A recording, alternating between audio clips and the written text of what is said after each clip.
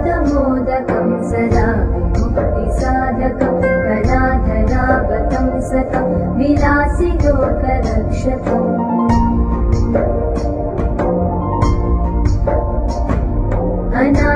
अनायकैकनायकं विनाशिते भदैत्यकं नताशुभाशुनाशकं नमामि तं विनायकम्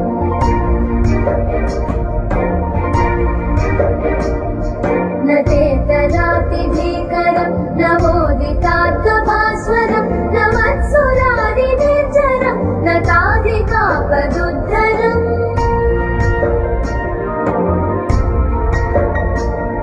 सुरेश्वरं निधीश्वरं गजेश्वरं गणेश्वरं महेश्वरं तमाश्रये परात्परं निरन्तरम्